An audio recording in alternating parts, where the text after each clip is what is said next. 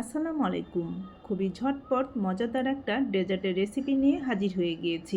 এই ডেজার্টটা মুখে দেওয়ার সঙ্গে সঙ্গেই মিলিয়ে যাবে। ডেজার্টটা বানিয়ে নিতে সময় লাগে খুবই কম।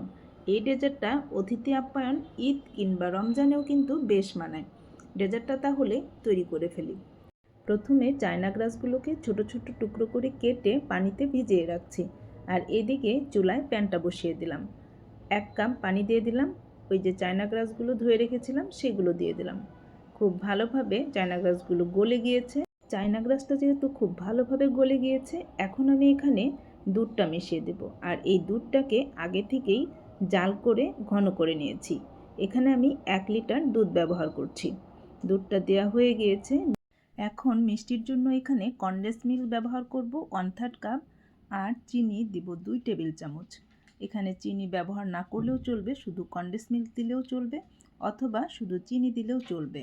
মিষ্টিটা আপনারা আপনাদের পছন্দ মতো কমিয়ে বাড়িয়ে দিতে পারেন। মিশ্রণটা হয়ে গিয়েছে। এখন আমি একটা স্ট্রেনারে ছেঁকে যেই মোল্ডে আমি পুডিংটা বসাবো সেই মোল্ডে ঢেলে নিলাম।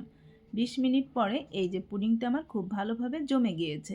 এখন শুধু পরিবেশন করে খাওয়ার পালা। আমি কিছুটা চিনির গুঁড়ো দিয়ে দিয়েছি উপর দিয়ে দেখার সৌন্দর্যের জন্য।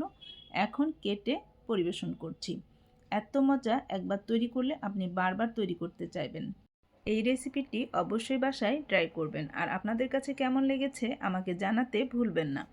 আমার ইউটিউব চ্যানেলটি যারা সাবস্ক্রাইব করেছেন তাদের সবাইকে অসংখ্য ধন্যবাদ, আর যারা এখনও করেন নাই তারা প্লিজ আমার চ্যানেলটিকে সাবস্ক্রাইব করে আমার পাশে থাকবেন।